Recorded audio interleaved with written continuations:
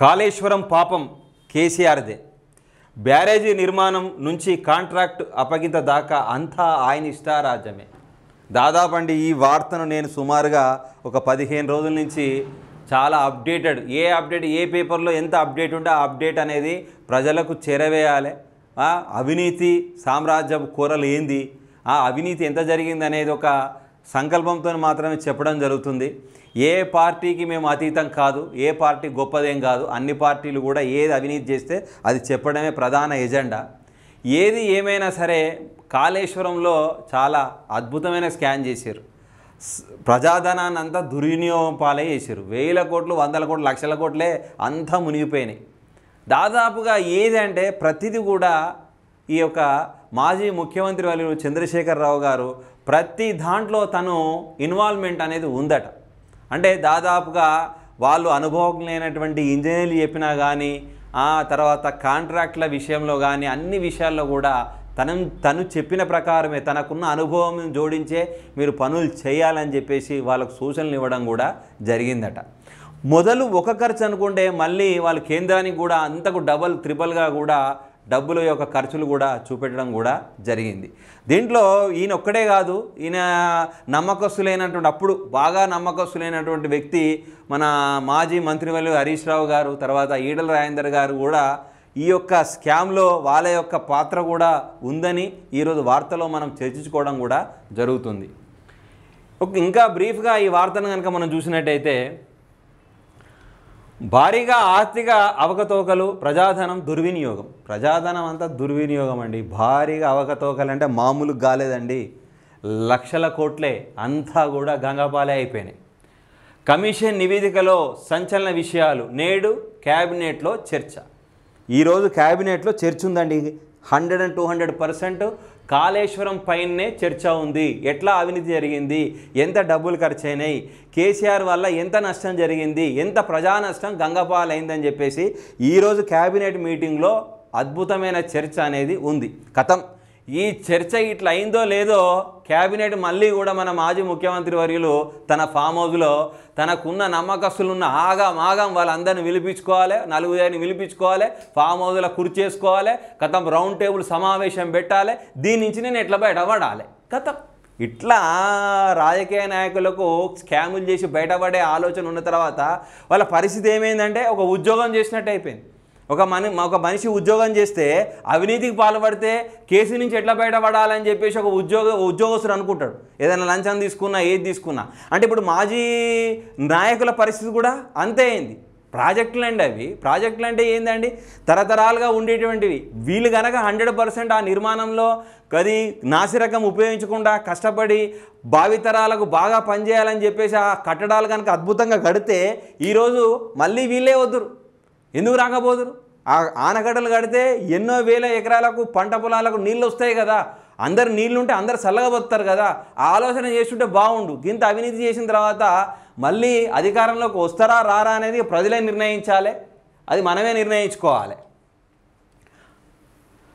ఇంకా బ్రీఫ్గా చూసినట్టయితే ప్రతి చిన్న పనిలోనూ కేసీఆర్ జోక్యం ఉంది.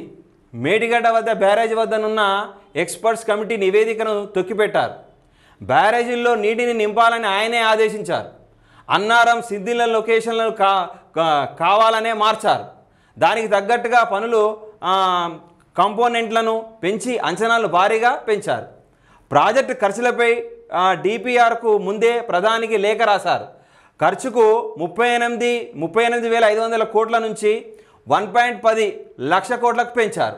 కాంట్రాక్ట్ ఏజెన్సీలను ఆయచిత లబ్ధి చేకూర్చారు. బ్యారేజీలపై వైఫల్యాలకు హరీష్ రావు, ఈటల రాజేందర్ కూడా బాధ్యులే. అధికార నిర్లక్ష్యాన్ని ప్రస్తావించిన రిపోర్ట్. ఏం చేసిండే దాదాపుగా ప్రాజెక్టుల ఖర్చు పైన దాదాపు దాని మీద కానీ, తర్వాత బ్యారేజీల్లో నీటిని నింపే విషయంలో కానీ, అన్నారం, సుందిల లొకేషన్లను కూడా కావాలనే మొత్తం కూడా మార్చేసిండు. కర్త, కర్మ, క్రియ 3 పాత్రలు తనే తీసుకున్నాడు.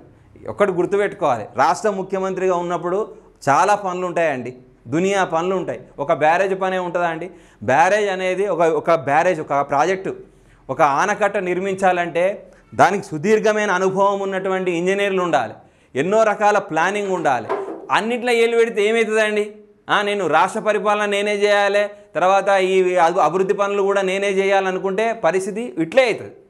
కాంట్రాక్టులు ఏజెన్సీలను అయచిత లబ్ధి చేకూర్చేందుకు కూడా ఇతడు చేశాడు.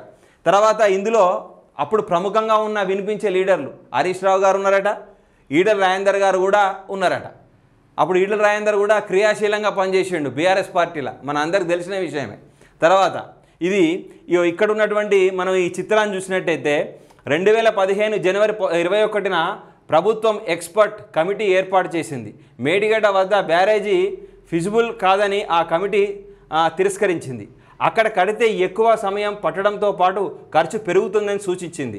దానికి బదులు వేమనపల్లి వద్ద బ్యారేజీని నిర్మిస్తే బాగుంటుందని సిఫారసు చేసింది. కానీ ఆ రిపోర్టును అప్పటి సీఎం కేసీఆర్ ఉద్దేశపూర్వకంగా తొక్కిపెట్టారు. కనీసం అందులోని సిఫారసులను పట్టించుకోలేదు.